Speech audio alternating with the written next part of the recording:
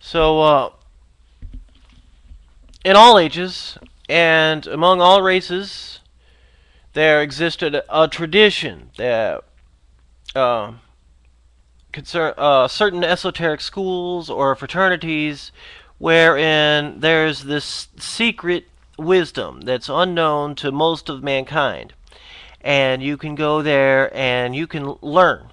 And however, admission is obtained by means of an initiation in which tests and rituals play their part. So now, all right, yeah. So whoever is familiar with the literature of folklore and anthropology knows that this belief exists among primitive peoples as well. From the Eskimos of the Arctic Circle to you have Digger Indians of Tierra del Fuego. I guess we're sort of coming out of that now, but as far as I think, even most third world nations are sort of becoming sort of modernized now, but people don't really. I guess some people, some places do. They still sort of exist on that tribal Stone Age level, but we're coming out of that though. So anyway,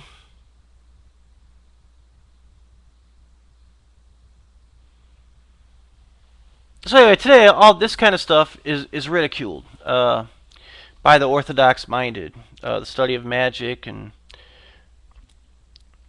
what have you. It's seen as a superstition, and in some circles, it's seen as pure evil. You know, like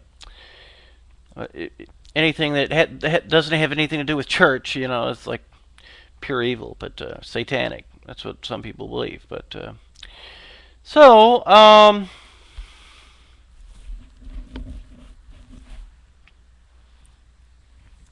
Now, some of the noblest men have been among the advocates of these lodge systems, and people with seems like the greatest creative intelligences always seem to flock towards these various lodges and study of magic and that type of thing, and basically just spirituality in general. I mean, and just now, so a lot of people just are seeking knowledge, and they want the hidden knowledge. They want the stuff that they know they're not getting, and these guys control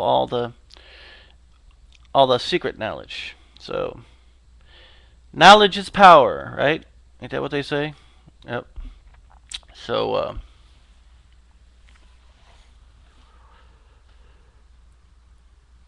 yeah, and so yeah, the reason, being, if you think about it, these world leaders, corporate leaders, and these great creative intelligences, the reason they flock towards these kinds of studies is because they want to witness the source of inspiration in the unseen. They know they have a heavy road to hoe, a hard task, and they want as much spiritual guidance as they can get. So they feel that maybe they can get it in these different orders.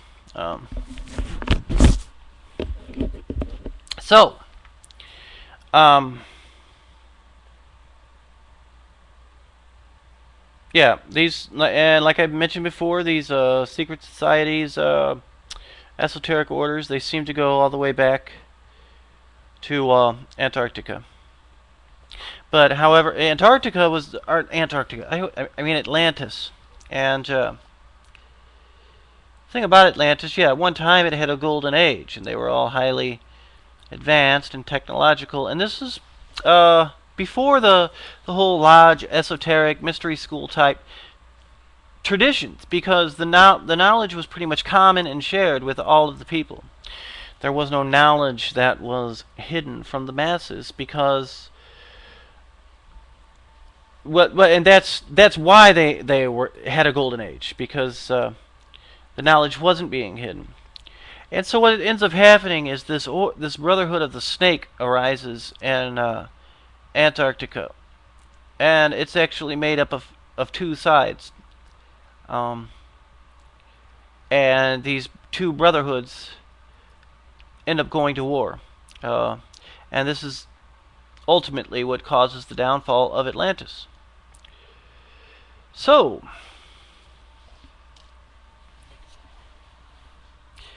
is it just superstition? Magic, the study of magic and magic rituals and all that type of thing? Is it just superstition, or is there something to it? Well, let's figure that out, shall we? Okay, yeah. So a lot of times when you join these organizations too, they it's kind of like the mafia. They don't like you talking about it, and if you do talk about it, you can get killed. So because they like to keep this knowledge to themselves. And not only that, I mean, it's not because they not only hoard knowledge, these guys are like the mafia in the respect that they actually do a lot of illegal bullshit too. So, you know, they don't want their members divulging any secrets. So,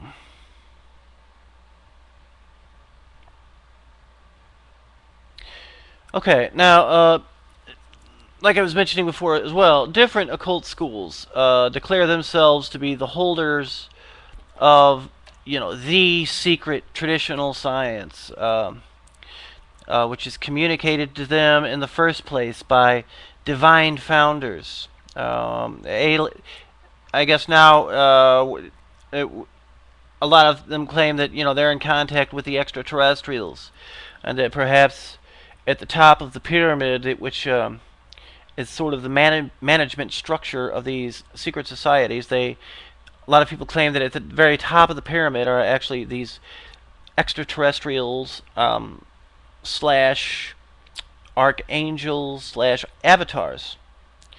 And I don't know, to be quite honest, but I've never met an alien, at least not that I know of.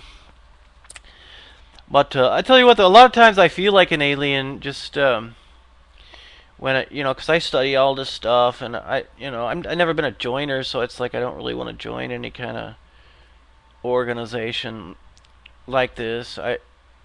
But I just feel like a spectator, you know. I don't really. I just feel like I'm down here collecting information, and that's my task. And that's what I'm doing here with you guys. You know, I just like collecting this information, and then I get back with you guys and tell you what I learned. You know, that's kind of what I feel, and I pretty much stay impartial. To be quite honest, I try not to.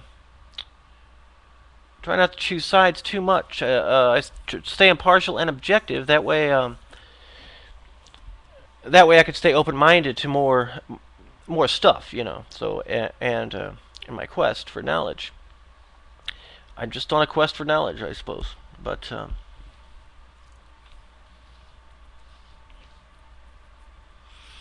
so anyway, all these guys claim that they have the real truth. These secret orders, I guess, or a lot of them do. They just claim that, hey, we have the real truth, you know, and the other brotherhoods are liars and con men, what have you, or they're downright evil, you know. And so there's a lot of this brotherhood war going on. These guys that belong to different esoteric orders fight, and when they go to war, crazy shit like 9/11 happens.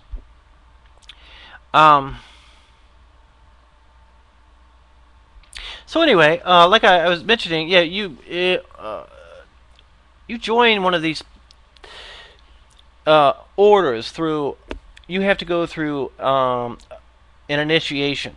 They test you in all kinds of ways. So after preliminary tests are given as to the person's character and fitness.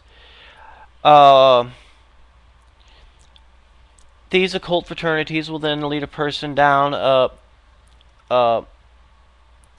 path to, and they start giving away their secrets a little bit at a time.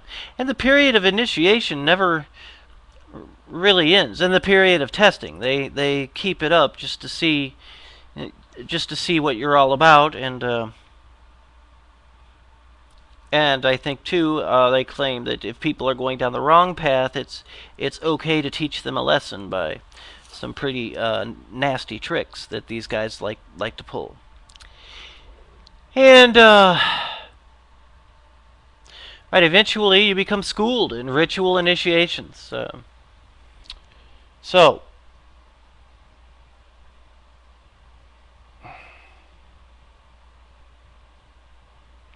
yeah, and yeah, on the lower levels, these guys all claim that the reason they exist is because they formed for the service of humanity.